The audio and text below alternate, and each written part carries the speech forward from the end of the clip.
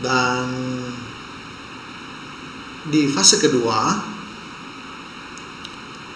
di tahapan kedua setelah program ini diluncurkan, di kick off, kita akan memaksimalkan OEE, overall effectiveness equipment. Kemudian di langkah ke-8 adalah autonomous maintenance. Ke-9 preventive maintenance system, seperti yang sudah dijelaskan di 8 pilar tadi. 10 adalah meningkatkan skill personal dan training, dan 11 initial equipment management. Kita akan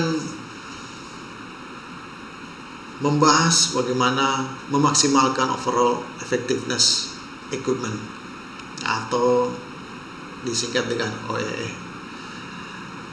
Nilai OEE itu didapat dari hasil perkalian availability rate, performance rate, dan quality yield.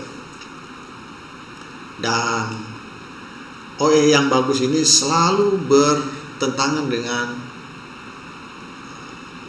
yang dikenal dengan 6 big losses. Losses ini yang menjadi momok bagi setiap proses produksi. Ada breakdowns, setup and adjustment, idling or minor stoppages, speed loss, quality defects, dan startup. Kita mulai dengan ini dibagi menjadi 3 bagian. Yang pertama adalah downtime losses. Downtime losses ini ada 2, yaitu setup adjustment loss dan breakdown loss. Setup or adjustment loss ini dikatakan downtime loss karena adanya waktu yang tercuri, ya, diberikan tanda kutip. Jadi dari seluruh waktu proses produksinya ada waktu yang tercuri akibat setup yang lama,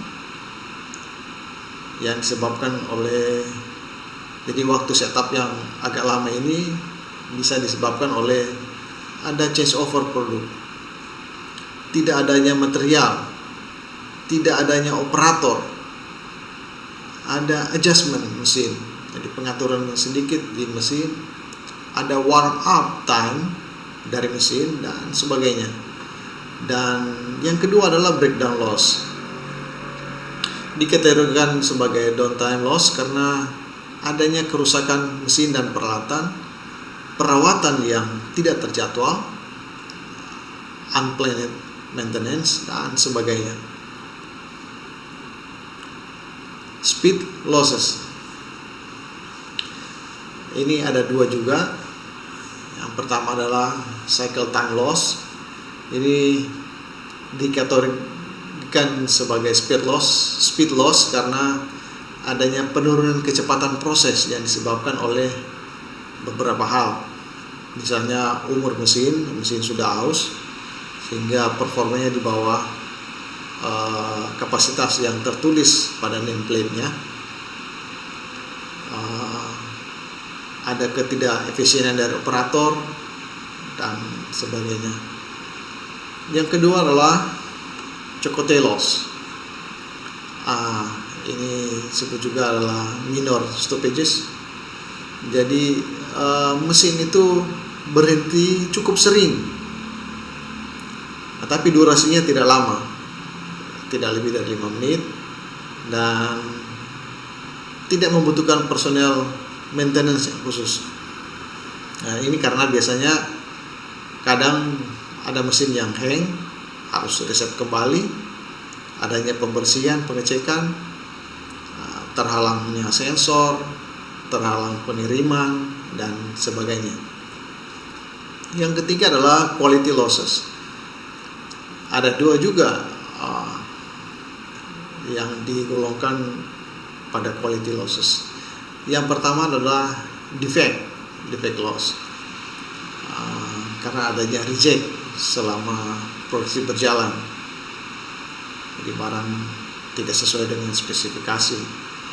Kemudian startup loss, ini kenapa dikategorikan sebagai quality loss? Karena adanya scrap atau reject saat startup produksi. Jadi saat mesin produksi mulai dijalankan, di awalnya biasanya ada scrap, reject, dan ini disebabkan karena kekeliruan setup mesin, proses war up yang kurang dan sebagainya, yang mempengaruhi kualitas dari produk. Dari 6 week losses itu dapat disimpulkan bahwa kita lihat tadi ada 3 kerugian yang harus diantisipasi, yaitu downtime loss yang mempengaruhi availability rate, speed loss yang mempengaruhi performance rate, dan quality loss yang mempengaruhi quality rate atau quality yield. Dan OEE itu seperti yang dijelaskan di slide sebelumnya adalah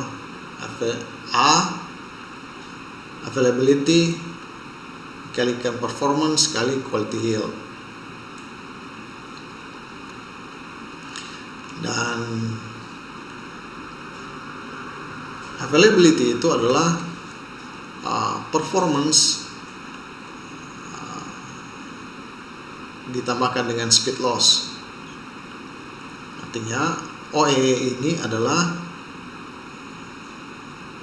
availability ditambah dengan downtime loss, dan juga performance adalah quality yield ditambah dengan quality loss. Jadi jumlah dari quality ini adalah merupakan performance. Yang langkah ke-8 adalah autonomous maintenance. Jadi di langkah ke-8 ini ada juga masuk dalam 8 pilar. Jadi operator ini bertanggung jawab untuk merawat mesin di workstation-nya. Mereka melakukan pengecekan harian, pelumasan, pengukuran, dan tugas-tugas maintenance yang lain yang dapat ditangani yang kecil-kecil. Dan operator ini tidak hanya menjalankan kegiatan produksi, tapi juga dilibatkan dalam kegiatan aktivitas perawatan seperti yang disebutkan tadi, sehingga gejala kerusakan dapat dideteksi sedini mungkin sebelum tim maintenance datang untuk kegiatan perbaikan yang lebih saat. Dan di preventive maintenance system ini tujuannya adalah mencegah kerusakan peralatan, menghilangkan downtime, dan tugasnya biasanya khusus, contoh welding. Kegiatan overhaul ini dilakukan khusus apabila partnya yang tidak kelihatan dari luar. Perbaikan peralatan yang susah dipasang, lepas, contohnya mesin dan cylinder head, itu dilakukan kegiatan preventive maintenance. Kemudian tugas yang berhubungan dengan pengukuran, leveling mesin, sebagai contoh leveling mesin, kepresisian dinamis dan sebagainya, itu dilakukan oleh tim preventive maintenance. Dan juga untuk safety risk di pekerjaan tempat yang tinggi, itu harus melalui preventive maintenance system. Yang ke-10, langkah ke-10 adalah skill personal training. Tujuannya adalah melatih kemampuan mendeteksi kerusakan, mampu memahami fungsi peralatan dan mekanisme dan hubungannya dengan peralatan atau mekanisme yang lainnya, mampu memperbaiki dan mampu melakukan improvement. Source training bisa berasal dari prinsipalnya, standar internasional, dan mengembangkan sendiri dari dalam perusahaan.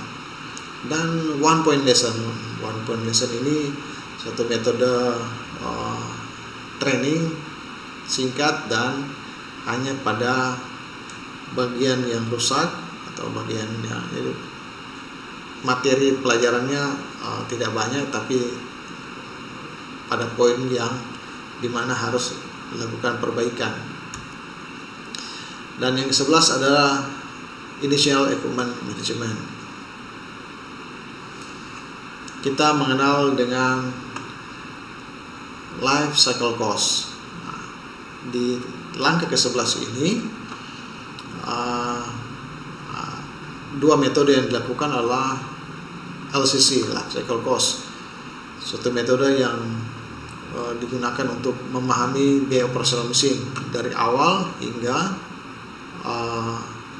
akhir umur dari mesin tersebut. Jadi kadang-kadang kita membeli mesin itu murah tapi mahal perawatannya. Ada juga yang membeli mesinnya mahal tapi biaya perawatannya yang kurang. Dan Early Equipment Management, suatu sistem manajemen peralatan yang untuk meminimalkan waktu pencapaian operasi tanpa breakdown dan defeknya sedikit. Ya, demikian materi kita pada bagian pertama ini. Kita akan lanjutkan di pertemuan berikut dengan overall effectiveness equipment, OEE.